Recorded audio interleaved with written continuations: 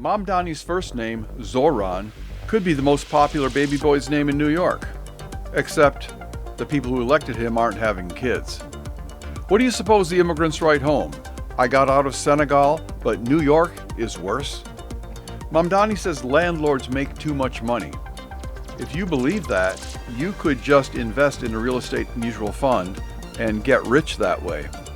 Eric Adams raised more money than any other candidate, but he had to withdraw for lack of funds. Ilhan Omar calls Somalia her home, and Mamdani is legally a citizen of Uganda. The Bible says a man cannot serve two masters, so which country is his? How could a democratic socialist be elected mayor in the global center of capitalism? Ignorance. He promises to make buses free, which will merely provide another venue for homeless thugs to terrorize women. When Donald Trump and Michael Bloomberg both oppose the same man, you should think twice about electing him. Nothing says democracy like 100,000 immigrants voting for the first time and marking their ballots the way they were told at the mosque. Even after the rich people leave, I'm sure that under socialism, the people left behind will thrive because socialism is so much better.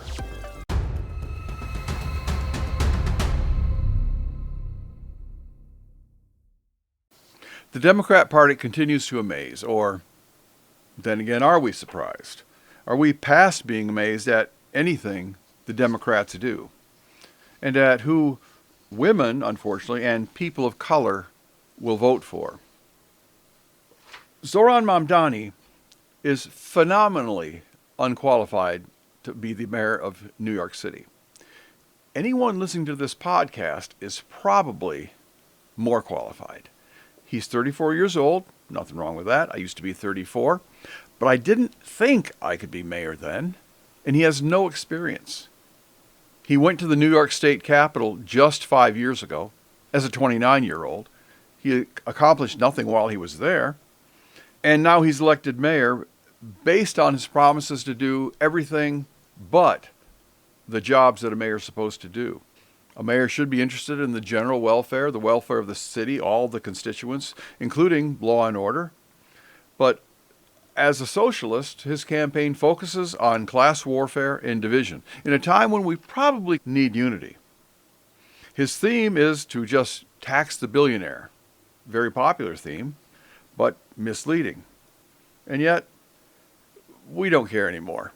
Nothing surprises us anymore. So electing a communist to be the mayor of the center of capitalism, no big surprise.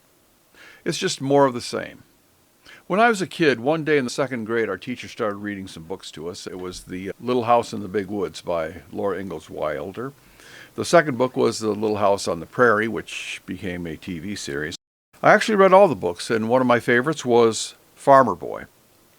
This is about the childhood of her husband, Almanzo Wilder, in New York State. They describe the Wilders and their life on the farm. They take care of their cattle and their other livestock.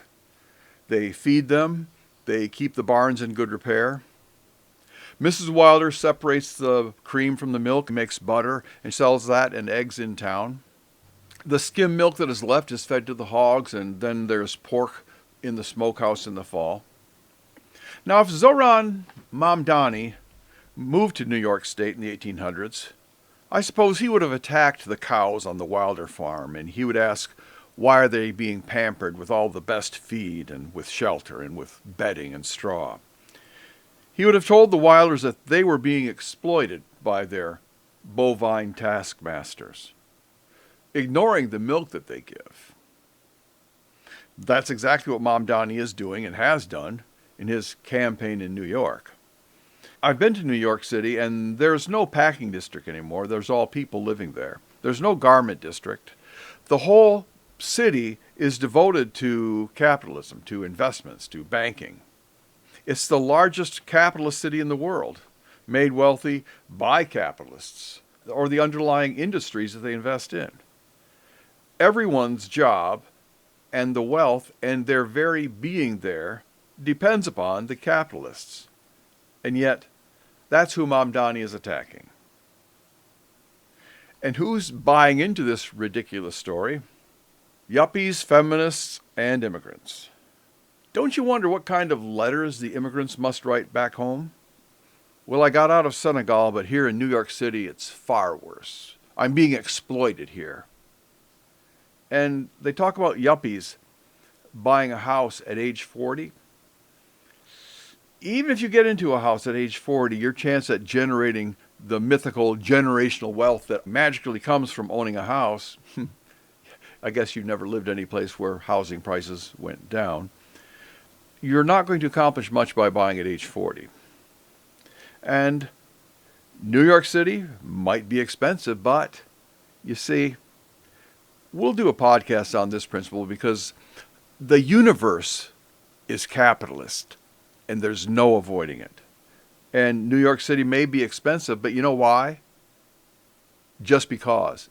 It costs what it costs. Whatever it costs is what it costs, and somebody's going to pay it. And costs go up or down with supply and demand. Some of his bogeymen are the landlords. New York City may be expensive, but you know what? Costs are whatever they are, and that's what you have to pay, along with supply and demand. But if Mamdani really thinks landlords make too much money, and if you agree with that, and that the state should be the housing provider, oh, you want to own the means of production? Well, in capitalism, you can do that. It's easily accomplished. All you got to do is invest in a real estate mutual fund, a REIT, real estate investment trust. You can get rich quick that way. If you believe that, just go look it up. Go Google it. Go see how REITs are doing. Because it's very easy to profit from the means of production under capitalism. But the people complaining, they don't want to take the risk. It's just like the story of the little red hen. Nobody wanted to help the little red hen plant the wheat, harvest the wheat, bake the bread. But everybody wanted to eat the bread afterwards. Or you can take my advice and go invest in a real estate investment trust. Because the landlords are the little people. You can be one of them.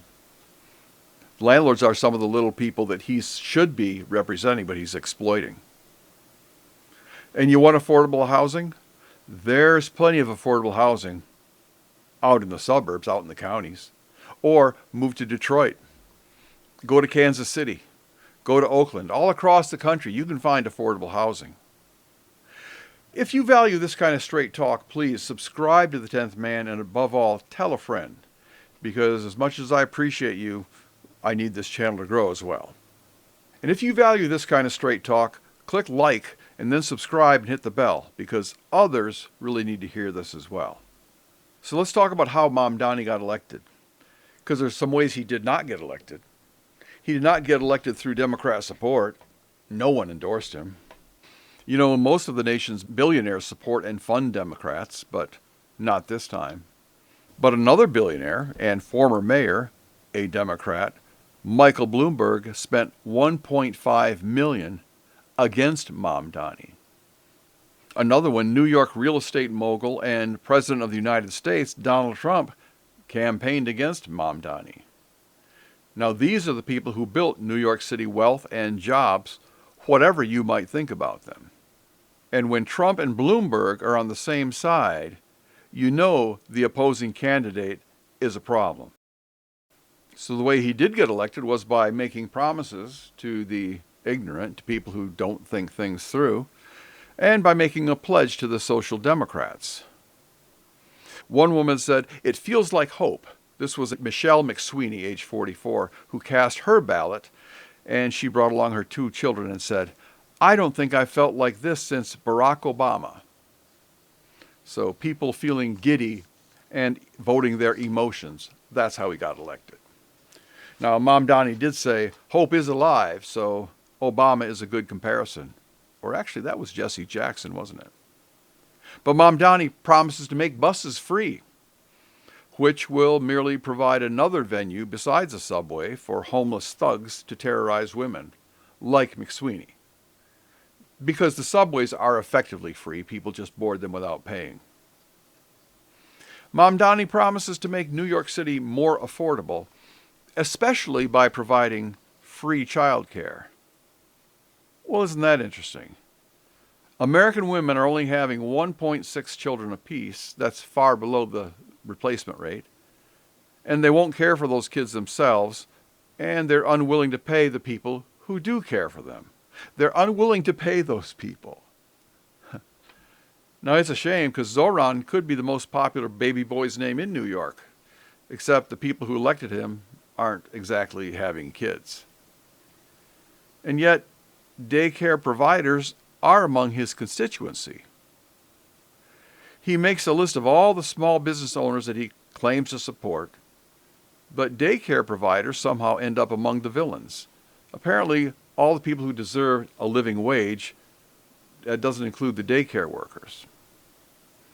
So how can you say everybody needs to be paid enough to afford the necessities and then complain about the cost of those necessities, like childcare or rent? Well, unfortunately, that's just classic hypocrisy and a lack of awareness that the money has to come from somewhere. He's also campaigning based on housing prices.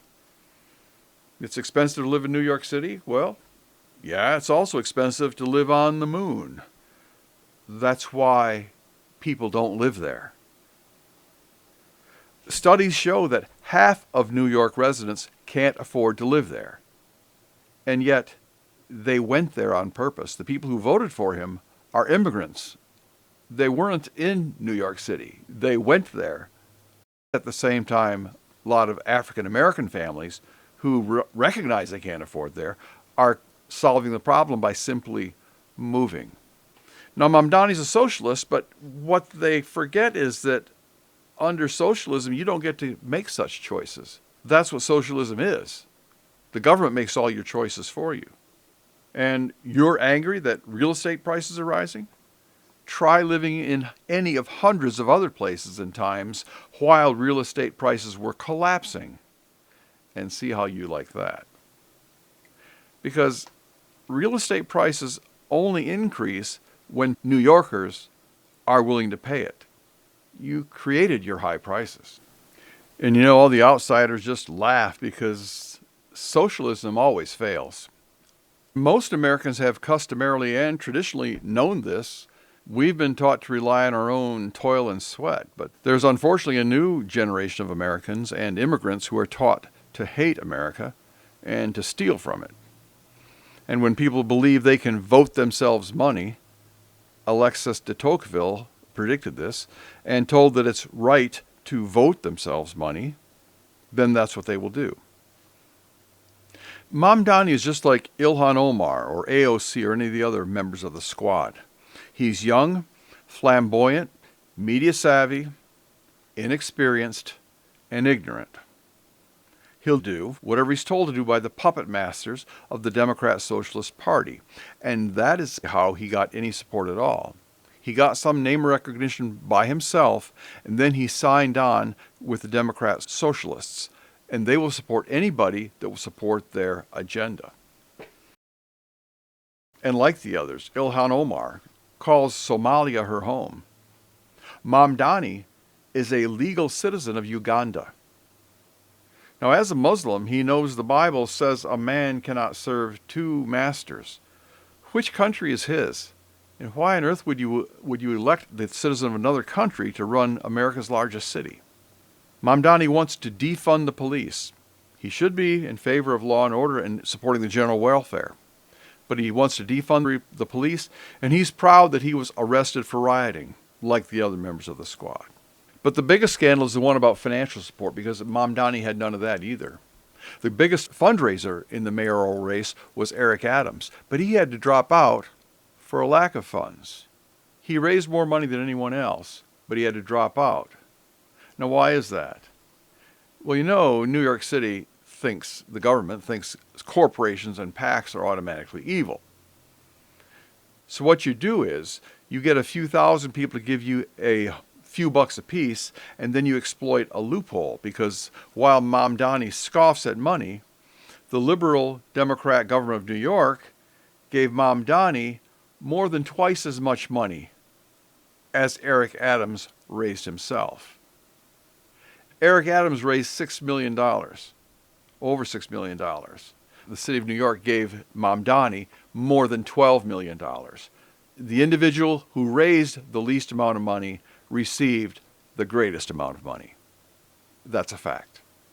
A lot of people like to point back to the Russian Revolution, and it actually wasn't a revolution, it was a coup, because there were going to be elections, but before the elections could take place, the Bolsheviks took over. Same thing here in New York. It was supposed to be an election, but it was actually a cash coup. Now, how's the Democrat Party reacting to all this?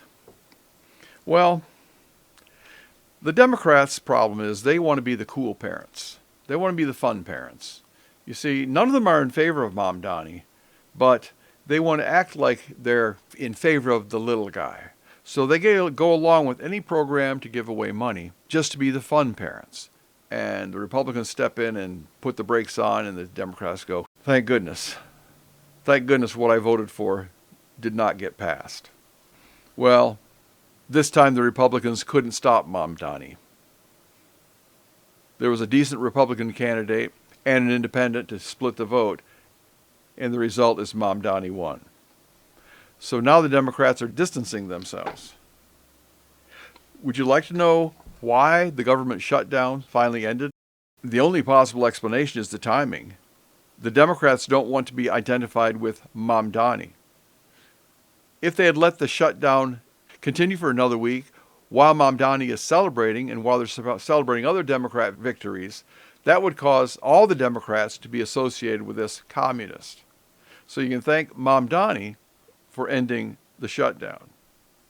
The Democrat reaction is also apparent when you look at Mamdani's attempts to achieve his goals, because the city council, the state government, and existing state laws are not going to allow him to achieve them, because ultimately you have to pay the bills. So are there going to be little old ladies mugged on the free buses? I doubt there's going to be any free buses. He says he wants to tax the rich. That's ironic in the world's richest economy. Rich always means someone else. So Google this. I did. Google, do the rich pay their share of taxes in New York City? And here's what I got. This is a quote. The wealthiest New Yorkers pay a disproportionately large share of the city's income taxes, with some estimates suggesting the top 1% of people pays over 40% of all city income taxes. And the top 10% pays about 2/3. So 90% of the people in New York are only paying 1/3 of the taxes. Now, how could you possibly tax the rich anymore? People are already leaving New York based on this number, and he wants to do tax more. So ultimately, Mamdani is just like the student body president at a high school. He campaigns and makes promises, but his promises are empty, and his election was basically a popularity contest. Now, moving forward, I'm not sure what would constitute a win for Mamdani. It would be him fighting to get his policies and then failing to get them, then he can blame someone else. That's what he will do. Or he does get them and he fails that way. Because socialism always fails. The universe is capitalist, and socialism can only exist in a closed system. No one ever moves into a socialist country and takes over to obtain its wealth or its means of production because they don't have one. And no one ever flees a capitalist country to go to a socialist one.